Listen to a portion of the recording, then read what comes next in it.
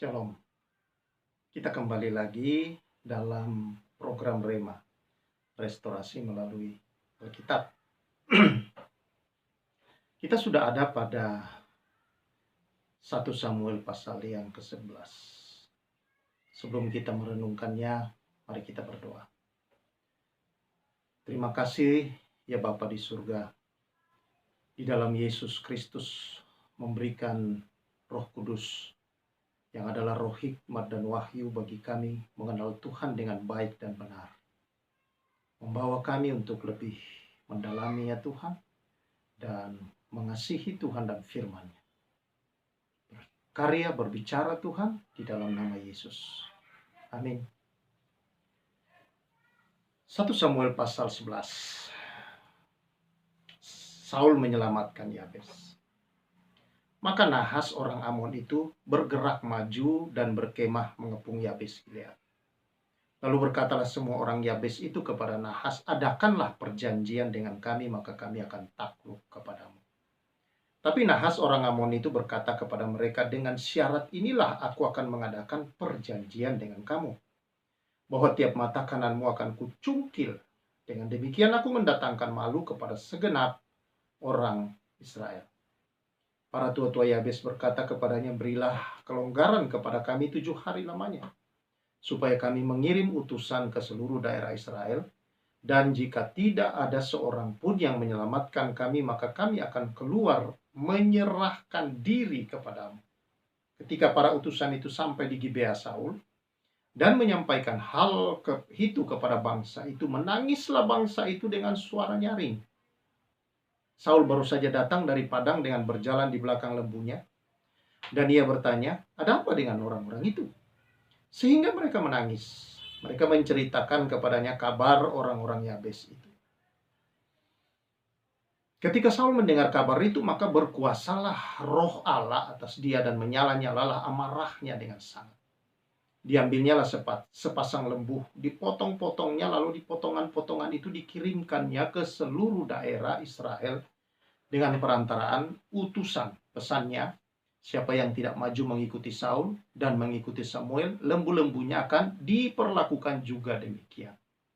Lalu Tuhan mendatangkan ketakutan kepada bangsa itu sehingga majulah mereka serentak. Ketika Saul memeriksa barisan mereka di Bezek, maka ada 300.000 orang Israel dan 30.000 orang Yehuda. Ketika para utusan yang datang itu dikatakan, beginilah kamu katakan kepada orang-orang Yabes Gilead, besok pada waktu panas teriknya matahari akan datang bagimu penyelamatan. Ketika para utusan kembali dan memberitahukan hal itu kepada orang-orang Yabes, bersukacitalah mereka. Lalu orang-orang Yabes itu berkata kepada Nahas, besok kami akan keluar menyerahkan diri kepadamu. Maka bolehlah kamu lakukan terhadap kami apapun yang kamu pandang baik. Keesokan harinya Saul membagi rakyat itu menjadi 3 pasukan.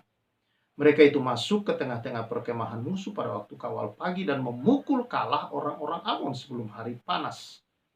Dan terserak-seraklah orang-orang yang lolos itu sehingga di antara mereka tidak ada tinggal 2 orang bersama-sama. Lalu berkatalah bangsa itu kepada Samuel, siapakah yang telah berkata, masakan Saul menjadi raja atas kita? Serahkanlah orang-orang itu supaya kami membunuhnya. Tetapi kata Saul, pada hari ini seorang pun tidak boleh dibunuh, sebab pada hari ini Tuhan telah mewujudkan keselamatan kepada Israel. Dan Samuel berkata kepada bangsa itu, marilah kita pergi ke Gilgal dan membaharui jabatan raja di sana. Lalu pergilah seluruh bangsa itu ke Gilgal dan menjadikan Saul raja di sana di hadapan Tuhan di Gilgal. Dan mereka mempersembahkan di sana korban keselamatan di hadapan Tuhan. Dan bersukarialah di sana Saul dan semua orang Israel dengan sangat. Haleluya. Saudara-saudara yang saya kasihi, mereka masuk di dalam tanah perjanjian. Tetapi saudara, kita tahu bahwa tidak semua orang-orang Kanaan itu sudah tuntas untuk mereka usir dari tanah Kanaan itu sendiri, saudara-saudara. Dan seringkali terjadi penganiayaan dari bangsa-bangsa yang masih tertinggal. Nahas orang Amon sering menganiaya orang-orang Yabes Gilead, dan di situ ada suku-suku Ruben juga, saudara-saudara. Rupanya Mereka biasa mengalami hal itu. Saudara baca di kisah yang lain. Nah, satu saat mereka kembali mengepung orang Yabes dan Gilead. Orang Yabes Gilead meminta untuk mereka mengadakan perjanjian. Tapi syarat perjanjian sangat menghina sekali, saudara, karena mencungkil mata kanan. Itu adalah sebuah penghinaan. Bukan hanya kepada mereka, tetapi adalah untuk menghina seluruh bangsa Israel. Sehingga orang Yabes Gilead menyampaikan hal ini kepada orang-orang Israel. Dan apa yang terjadi? Mereka menangis. Datanglah Saul. Kebetulan Saul baru pulang dari ladangnya, saudara-saudara. Mendengar itu, apa yang disampaikan kepadanya, mengapa orang-orang itu menangis? Roh Tuhan berkuasa atas Saul. Lalu Saul, saudara-saudara, mengumpulkan orang-orang Israel untuk berperang. Dan kita sudah tahu hasil dari semuanya. Dari pembacaan kita tadi, saudara-saudara yang saya kasihi dalam Tuhan Yesus. Mereka yang minta seorang raja, saudara-saudara. Tetapi raja itu Tuhan berikan. Pada akhirnya sistem pemerintahan Israel berubah. Dari dipimpin oleh Tuhan melalui nabi-nabinya yang berbicara sebagai lidah, penyambung lidah Tuhan terhadap mereka.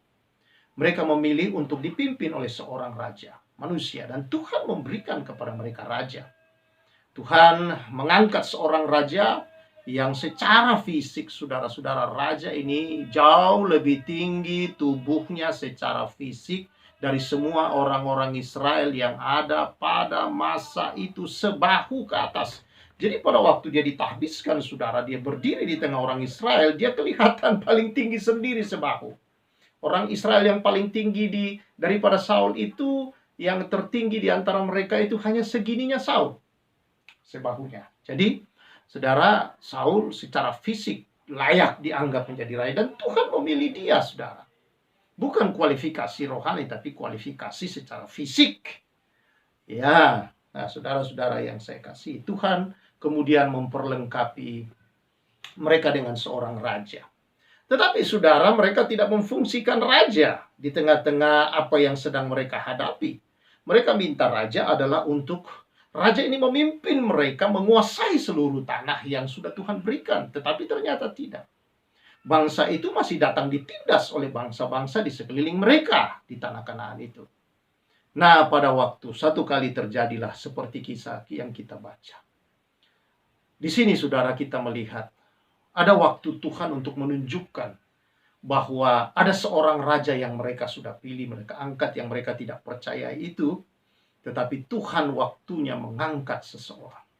Jadi dalam hidup ini kita tidak perlu angkat-angkat diri, saudara-saudara. Waktu Tuhan akan datang, diangkatnya seseorang dan direndahkannya yang lain.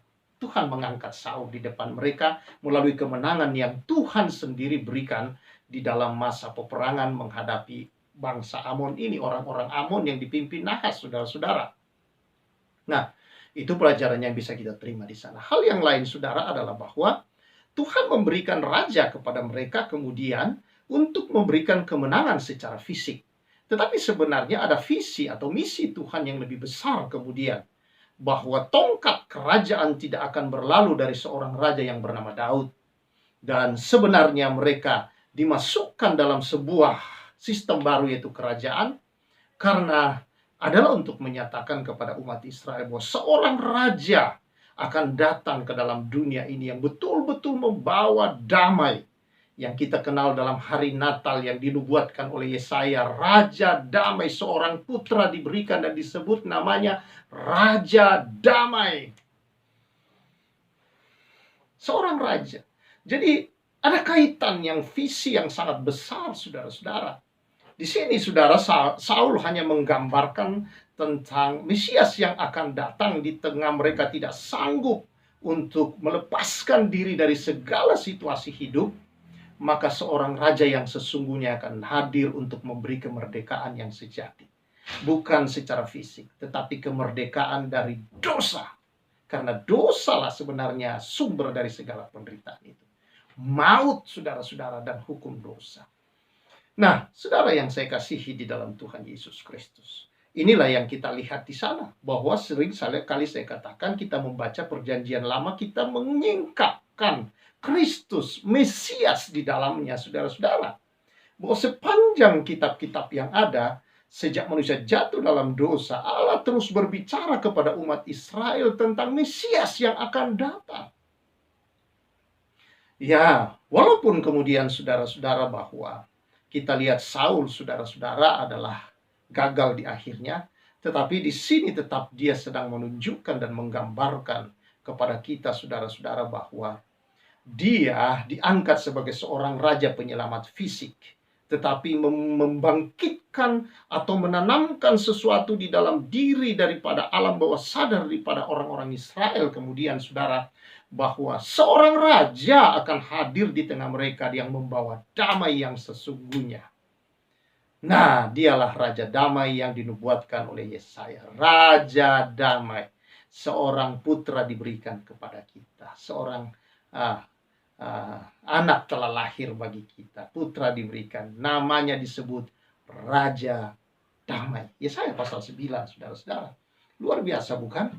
Tuhan terus mengingatkan umat Israel akan rencananya yang besar. Penyelamatan yang sesungguhnya, bukan hanya secara fisik dari jajahan daripada bangsa-bangsa di sekeliling mereka, tetapi yang terpenting sesungguhnya, saudara, adalah mereka mengalami kemerdekaan sejati dari hukum dosa dan hukum maut, saudara-saudara, sehingga bisa memperoleh satu hidup yang bukan hanya hidup sementara di sini, tapi hidup kekal selama-lamanya. Itulah sebabnya Yesus berkata dalam Yohanes 10 ayat 10, aku datang memberi hidup dan hidup dalam segala kelimpahannya. Haleluya. Satu berkat yang besar tentunya, saudara.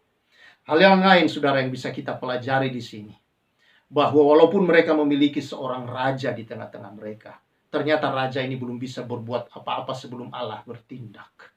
Toh tetap Allah yang berdaulat dan menyatakan pertolongannya. Walaupun sepertinya mereka sudah mengabaikan Tuhan dengan memilih seorang raja menurut kehendak mereka, Allah tidak jadi masalah. Allah tidak masalah dengan itu. Allah tidak membuang umatnya. Allah tetap mengasihi, menyayangi umatnya.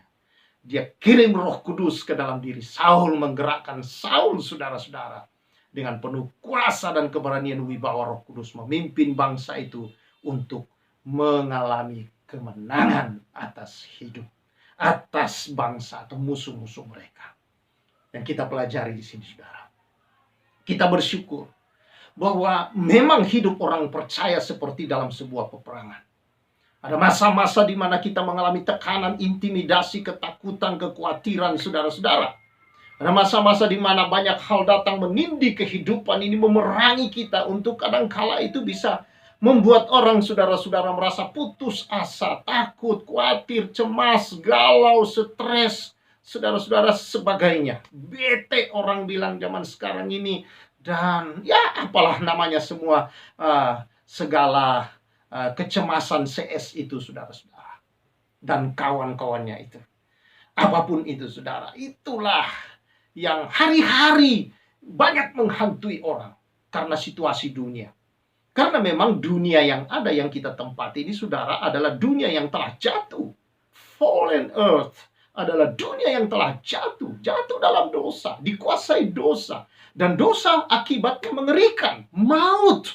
Kematian. Segala sesuatu yang ada, saudara, ya kelihatannya bagus, indah, tetapi sesungguhnya dia sedang membawa sesuatu yang mematikan ke dalam hidup manusia itu sendiri. Karena itu manusia perlu penebusan. Karena itu manusia, saudara-saudara, perlu keluar dari kuasa maut itu. Dan itu hanya bisa terjadi karena Yesus yang bangkit, saudara-saudara, oleh kuasa Roh Kudus dan menyelamatkan kita. Kebangkitan Kristus itu, saudara, telah memerdekakan kita dari hukum dosa dan hukum maut. Bukankah itu dikatakan oleh firman Tuhan di dalam Roma pasal yang ke-8? Ayat pertama dia berkata begini dan kedua. Demikianlah sekarang tidak ada penghukuman bagi mereka yang ada di dalam Kristus Yesus. Roh yang memberi hidup telah memerdekakan kamu dalam Kristus dari hukum dosa dan hukum maut. Kristus yang telah bangkit dalam kuasa Roh Kudus naik ke surga. Dia telah menang dan kemenangannya didedikasikan kepada kita. dengan mencurahkan Roh Kudus atas kehidupan kita. Dengan kuasa roh inilah saudara-saudara yang menguasai kita, sama seperti roh menguasai Saul, saudara. Yang dalam perjanjian lama hanya orang tertentu yang diberi Roh Kudus. Tetapi dalam perjanjian baru setiap orang percaya dicurahi Roh Kudus yang membuka diri untuk kuasa Roh Kudus bekerja. Maka apa yang terjadi saudara-saudara di sini? Kita merdeka dari hukum dosa dan hukum maut. Maka ada kuasa. Kita hidup dan berkuasa.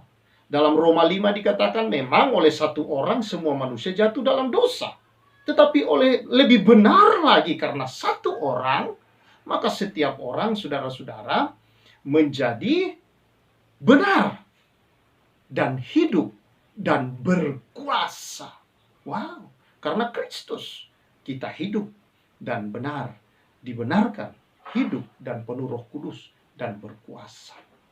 Karena itu saudara-saudara yang saya kasihi dalam Tuhan Yesus Kristus, bagaimana untuk kita menang atas setiap ketakutan, atas setiap kekhawatiran, atas setiap saudara-saudara akan kecemasan, kegalauan hidup. Saudara-saudara yang lagi bete, anak-anak muda yang lagi galau, yang lagi bete, yang lagi segala macam jenis-jenisnya itu, saudara, yang sedang dialami banyak orang, takut, khawatir. Bagaimana saudara-saudara? Tidak ada jalan lain. Allah telah bertindak untuk saudara dan saya. Dia mengasihi saudara. Dia berikan rohnya. Setiap yang percaya diberikan rohnya. Dan Rasul Paulus berkata, segala perkara dapat kutanggung di dalam Dia yang memberi kekuatan kepadaku. Kekuatan roh itulah di dalam kita, saudara, yang membuat kita dapat menanggung segala perkara itu. Tidak ada yang berat untuk tidak kita bisa atasi, saudara, kalau kita bersama dengan Tuhan dan sadar diri bahwa kita punya Allah, Roh Kudus yang menyertai kehidupan kita, dan kita mau beri diri dipimpin oleh rohnya. Dengan setiap hari membuka diri kita di hadapan Allah, diisi dengan kebenarannya. Pikiran alam bawah sadar kita dipenuhi dengan kebenaran, dan kesadaran kita akan pimpinan roh dalam diri kita. Maka inilah saudara-saudara yang saya kasih dalam Tuhan Yesus Kristus, yang memampukan kita terus berjalan sebagai umat pemenang, bukan yang akan menang. Seringkali orang berkata terus berjuang saudara sampai saudara menang. Tidak, saudara sudah menang. Kristus yang menang, tapi kemenangannya sudah, kuasa kemenangan diberikan kepada saudara.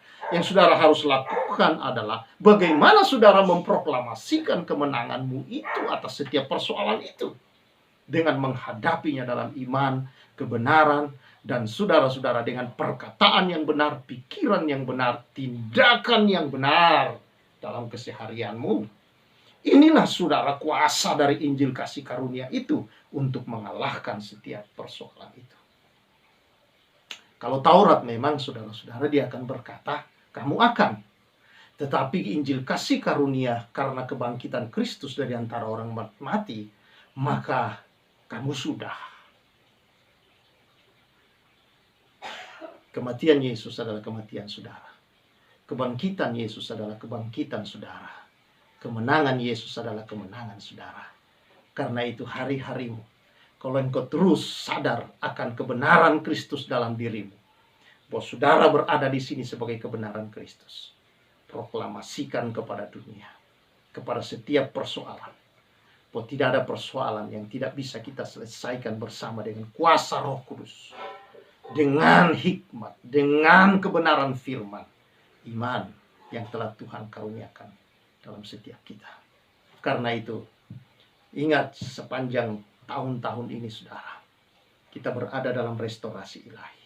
Mungkin selama tahun-tahun yang lewat kita banyak kehilangan, tapi tahun-tahun ini Tuhan kembalikan kita kepada kasih karunia demi kasih karunia. Cukup, kata Tuhan. Bahkan Dia sanggup melimpahkan segala kasih karunia kepada kita. Segala kasih karunia. Di bidang manapun saudara membutuhkan kasih karunia, Dia ada di sana. Untuk memampukan saudara menyelesaikan, menghadapi, dan terus menyatakan dirimu sebagai pemenang di sana. Haleluya. Karena itu saudara-saudara yang kasih, jangan takut. Terus bersama dengan Tuhan. Tetap hatimu. Ingat firman Tuhan berkata, tetaplah berdoa, mengucap syukur senantiasa. saudara, dan bersukacitalah di dalam Tuhan Yesus Kristus. Kiranya kebenaran ini, saudara-saudara, terus mengantar kita untuk tahun ini kita terus mengalami restorasi secara ilahi. Bukan restorasi dari apapun, dari dunia ini, saudara. Restorasi yang dikerjakan, pemulihan yang dikerjakan oleh Tuhan sendiri. Sama seperti yang dialami oleh orang Yabes Gilead, bangsa Israel, saudara-saudara. Ketika mereka berada di dalam situasi mereka yang selama ini terus teraniaya, saudara, Tuhan sendiri membuat satu pemulihan atas mereka dengan kehadiran seorang raja. Raja damai telah hadir dalam hidup kita. Maka seharusnya orang percaya tidak ada yang bisa merampas damai sejahtera dalam hidupmu, sukacitamu, kemenanganmu atas dosa dan maut, saudara. Kemenanganmu atas hal itu yang terus membuat engkau hidup dalam kekudusan ilahi. Hidup sebagai orang-orang benar dan orang-orang kudus. Tuhan memberkati kita semua. Dan mari kita bersyukur. Bapa, terima kasih.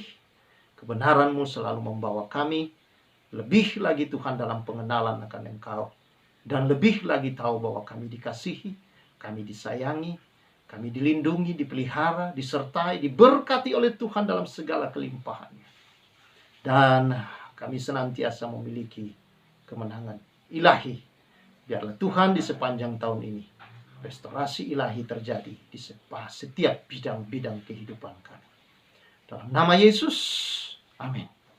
Saudara yang saya kasihi dalam Tuhan Yesus, terus maju bersama Tuhan. Pastikan sepanjang tahun ini semua bidang hidupmu kasih karunia Tuhan merestorasinya. Tidak ada yang hilang. Tuhan kembalikan segala sesuatu ke dalam hidupmu bagi kemuliaannya, bagi damai, sejahtera, sukacita, dan kebahagiaan hidup saudara-saudara dan saya. Tuhan memberkati kita semua. Saya Pastor Samuel menyampaikan salam restorasi.